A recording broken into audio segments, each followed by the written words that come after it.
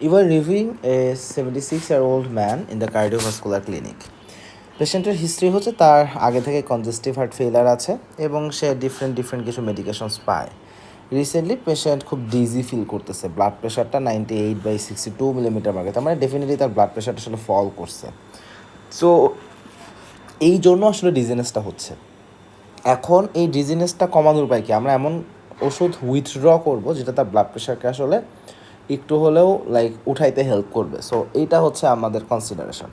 এখন এরকম একটা স্টেম থেকে কোশ্চেন হচ্ছে, নিচের কোন ড্রাগটা যদি আমরা বন্ধ করি সেটা লং টার্ম সার্ভাইভালে খুব বেশি একটা ইম্প্যাক্ট ফেলবে না। স্টেমের সাথে আসলে কোশ্চেনে খুব একটা মিল তাহলে হলো না। স্টেম দিছে পেশেন্টের একটা হার্ট ফেইলার আছে, হার্ট ফেইলার জাস্ট এটাই আমাদের জন্য এখানে সিগনিফিকেন্ট যে পেশেন্টের মূল সমস্যা হচ্ছে তার একটা congestive type of heart failure আছে। কিন্তু এখানে বলা হচ্ছে যে কোন ওষুধটা যদি আমি বন্ধ করি সেটা আমাদের লং টার্ম সার্ভাইভালে খুব বেশি একটা ইফেক্ট ফেলবে না। তার মানে আমরা হার্ট ফেলার যে ওষুধগুলো দিই কোন ওষুধ সার্ভাইভালের সাথে কতটুকু কানেক্টেড সেই নলেজটা আমাদের জন্য জানা দরকার। তাহলে আমরা অপশনগুলো দেখি। এখানে একটা হচ্ছে বিসোপ্রোলল, একটা ডিগক্সিন, একটা ইভাব্রাডিন, একটা এনালাপ্রিল, একটা স্পাইরোনোল্যাকটোন। এখন সহজভাবে আসি যে আমাদের যখন আমরা কথা বলি হার্ট ফেলারে কোন কোন ড্রাগ দেবো সেগুলোর কথা বলি, কিছু ড্রাগের কথা সবার আগে আসে, বিকজ এই ড্রাগগুলো পেশেন্টের মরবিডিটি, মর্টালিটি, এই জিনিসগুলোতে পেশেন্টের পজিটিভ ফিডব্যাক, পজিটিভ আউটকাম আমরা রিসার্চে আসলে দেখতে পাইছি। সো দেখা যাচ্ছে এটা কোন ওষুধ, অবশ্যই সবার আগে আসবে এসিই ইনহিবিটরের নাম, তারপরে আমাদের আসবে বেটা ব্লকারের নাম, তারপর এখানে ডায়োটিক্সের মধ্যে দেখা যাচ্ছে আমাদের স্পাইরোনোল্যাকটোন, অথবা এভাবে বলা যেতে পারে যে পটাশিয়াম স্প্যারিং যে ডায়োটিক্স আছে। স্পেসিফিকভাবে আসলে আমরা এখানে স্পাইরোনোল্যাকটোন এগুলোই আসলে বেশি ইউজ করা হয়। সেই সাথে এখানে কিছু ডায়োটিক্সের আলাপও নিয়ে আসা হয়, আমরা ফুরোসেমাইড আসলে ইউজ করে থাকি। সো ফুরোসেমাইডও আমরা দিয়ে থাকি। এর পাশাপাশি আমরা আসলে আর কি এ ধরনের এজেন্ট দিয়ে থাকি। অ্যাপার্ট ফ্রম দিস পেশেন্টকে আমরা খুব ফ্রিকুয়েন্টলি এইখানে আমরা দেখা যাচ্ছে যে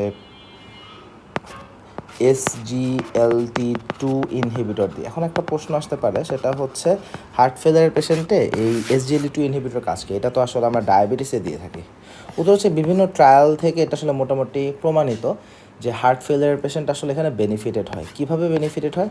এখানে একটা পসিবল মেকানিজম আমাদের এটা, সেটা হচ্ছে যখন আমি কাউকে SGLT2 ইনহিবিটর দিচ্ছি, এটা তো actually one kind of osmotic diuresis করে ফেলে, অসমোটিক ডায়োরিসিস করে ফেলে, যেহেতু এটা গ্লুকোজ আসলে ইউরিনের সাথে পাস করতে থাকে। সো গ্লুকোজ অসমোটিক্যালি খুবই অ্যাক্টিভ, সে পানিগুলোকে নিয়েও আসলে বের হতে থাকে। সো একটা অসমোটিক ডায়োরিসিস হয়, যেটা আসলে to some extent ultimately plasma ভলিউমকে কমাইতে হেল্প করে। সো কার্ডিয়াক যে ওয়ার্কলোড এটা আসলে কমে যায়, বিকজ ব্লাড ভলিউম বা আলটিমেট আমাদের প্রিলোড আফটারলোড এগুলো সবই আসলে কমবে, ওভারঅল কমবে। সো এটা আসলে কাজ করে।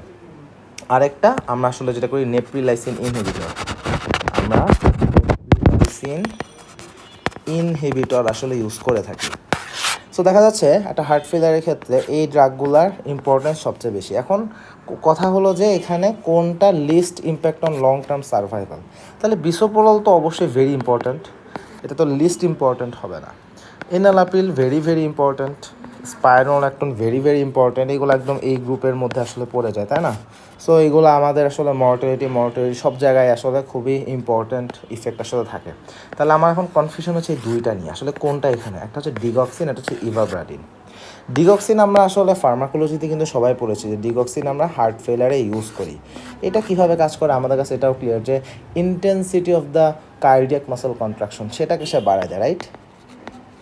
Intensity of cardiac muscle contraction সেটাকে সে বাড়ায় দেয়। কিন্তু ডিগক্সিনের ক্ষেত্রে ইফেক্ট যেটা মোটামুটি খুব ক্লিয়ারলি আমাদের কাছে আন্ডারস্ট্যান্ডেবল, সেটা হচ্ছে এটা পেশেন্টের হয়তো একটু সিমটোমেটিক ইমপ্রুভমেন্ট হয়তো হয়, কিন্তু পেশেন্টের লং টার্ম সার্ভাইভাল অথবা পেশেন্টের মর্টালিটি এইটার উপরে কোনো ইফেক্ট কিন্তু আসলে ডিগক্সিনের নেই। Digoxin just kind of symptomatic একটু ইমপ্রুভমেন্ট হয়তো বা হচ্ছে, কিন্তু এটা কখনোই পেশেন্টের লং টার্ম সার্ভাইভালে খুব বেশি আসলে কোনো ইফেক্ট আমরা আসলে পাই না। অন দ্য আদার হ্যান্ড যদি আমরা ইভারব্রাডিনের দিকে তাকাই, ইভারব্রাডিন তো আসলে বেসিক্যালি হার্ট রেটটা কমাইতে হেল্প করে। সো যে সকল পেশেন্টের হার্ট ফেলিয়ার আছে প্লাস হার্ট রেটটা বেশি, সেইখানে আমরা ইভারব্রাডিন দিলে হার্ট রেটটা একটু কমে আসে। সো এটা আসলে মরবিডিটির সাথে এটা সম্পর্ক আছে, মর্টালিটির সাথে সম্পর্ক আছে। বিকজ একটা পেশেন্টের মনে করি যে হার্ট ফেইলার আছে, এখন যদি হার্ট ফেইলার থাকে, আচ্ছা আমি একটুখানে মুছছি। সো সো দেখা যাচ্ছে যে কোনো একটা পেশেন্টের হার্ট ফেইলার আছে, সেই মোমেন্টে যদি তার হার্ট রেট যদি বেশি থাকে, এটা আসলে পেশেন্টের কন্ডিশনকে আরও ডিটোরিয়েট করে। সো আমরা যদি ইভারব্রাডিন দিই, সেটা আসলে হার্ট রেটকে কমায় ফেলে এবং সেটা আসলে ওই মোমেন্টে পেশেন্টের জন্য বেনিফিশিয়াল।